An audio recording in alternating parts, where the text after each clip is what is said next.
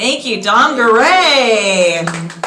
All right, as a reminder, again, this is not your living room, this is not a television. When you shout something like, I don't know, no, we can hear that. Just if that happens to apply to you. Okay, next comic coming up to the stage. Give it up for Marion Morrison.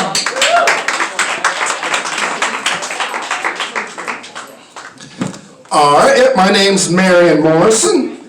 And I want everybody to know that January is a very special month for me. You know why? Because I turned 34 this month. Yes, I turned 34 the 30th of this month. And my friends are like, Marion, what do you want to do? You want to go out and do something? I'm like, I don't know. I didn't think I'd make it this far. To give you an idea, last year I got shot in the face, all right? So I figured my shelf life was almost expired at that point. You know, you don't get shot in the face, you get to walk away from it. But, you know, now I'm 34. Oh, I'm on the wrong page here. Yeah, I just wrote this. Yep. You know what? I understand why they call it the dirty 30s, all right? You do a lot of masturbating in your 30s. You do. Like, I'm old enough now that I actually hurt myself when I masturbate. You know what happens when you hurt yourself while masturbating? You walk around the rest of the day all bow-legged like you're John Wayne. Well, you know what, partner? I'll go ahead, I'll tell you what, right? Yeah, you gotta walk that out. Takes a day or two sometimes. So, but you know, like I said, I'll be 34 at the end of the month, and since I've turned 30, I need everybody to know this. I'm seriously not lying to you. I've had sex at all of 5 times since I've turned 30, all right? And that's with 2 different women that said yes. I call that a win, all right? You know, I decided to try that Facebook. Let's see here. Yeah, I tried that Facebook dating, but it's really hard dating when you look like the love child of Burt Reynolds and Charles Manson. Yeah, you get it? You tied it together? Yeah.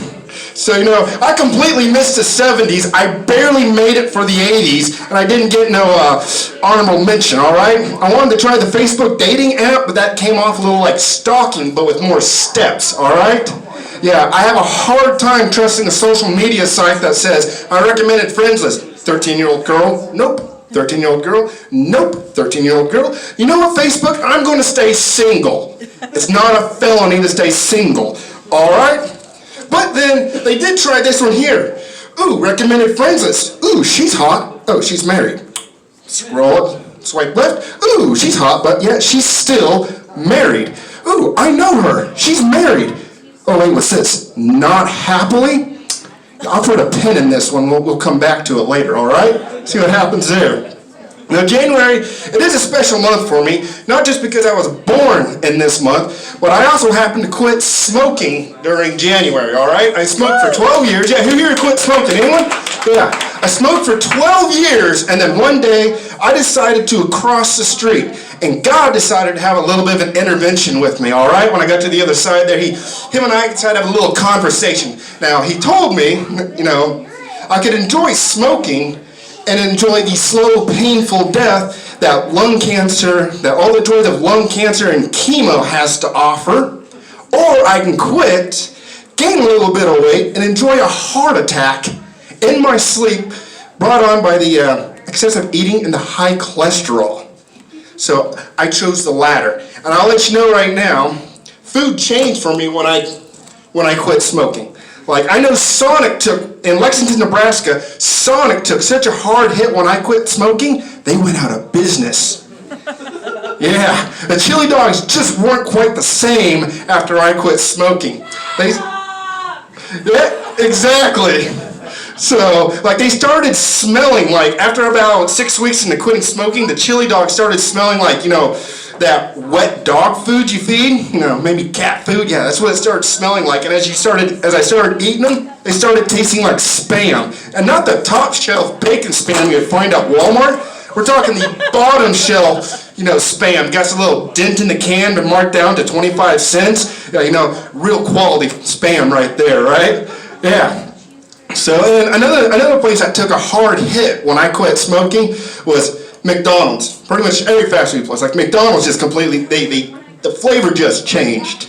And I realized that McDonald's, if you leave one of their Big Macs and you let it sit for longer than 15 minutes, you now have a bludgeoning weapon you can use in self-defense if you ever get mugged. I don't know, has anybody ever tried their McDonald's bacon? You know, you've heard it on the quarter pounder or something like that. Have you noticed McDonald's found a way to weaponize bacon? They cook it to the point where you're almost eating a pork-flavored Doritos, but if it breaks off wrong, you swallow it and you're like...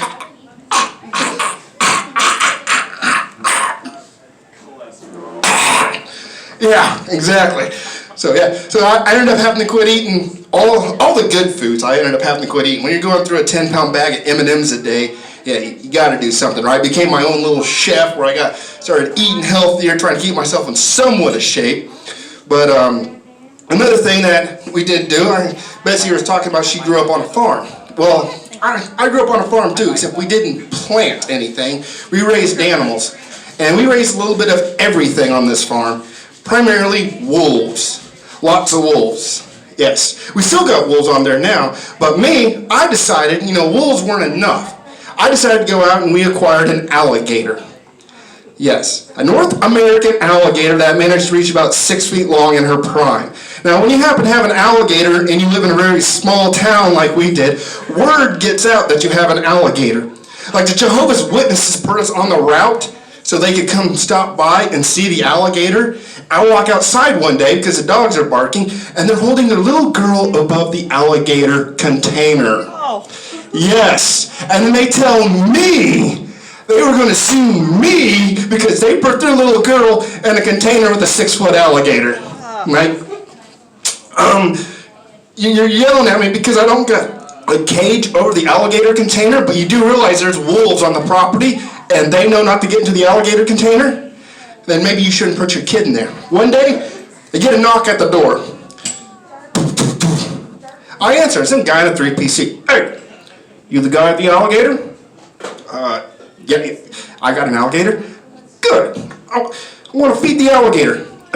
What? You want to feed my alligator? Yeah, just got a little bit of food. A little project. Feed the hungry alligator.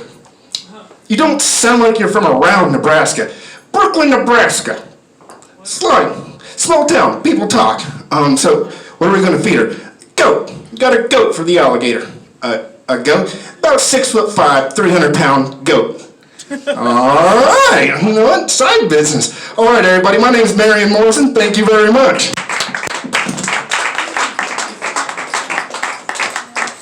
Thank you, Marion Morrison.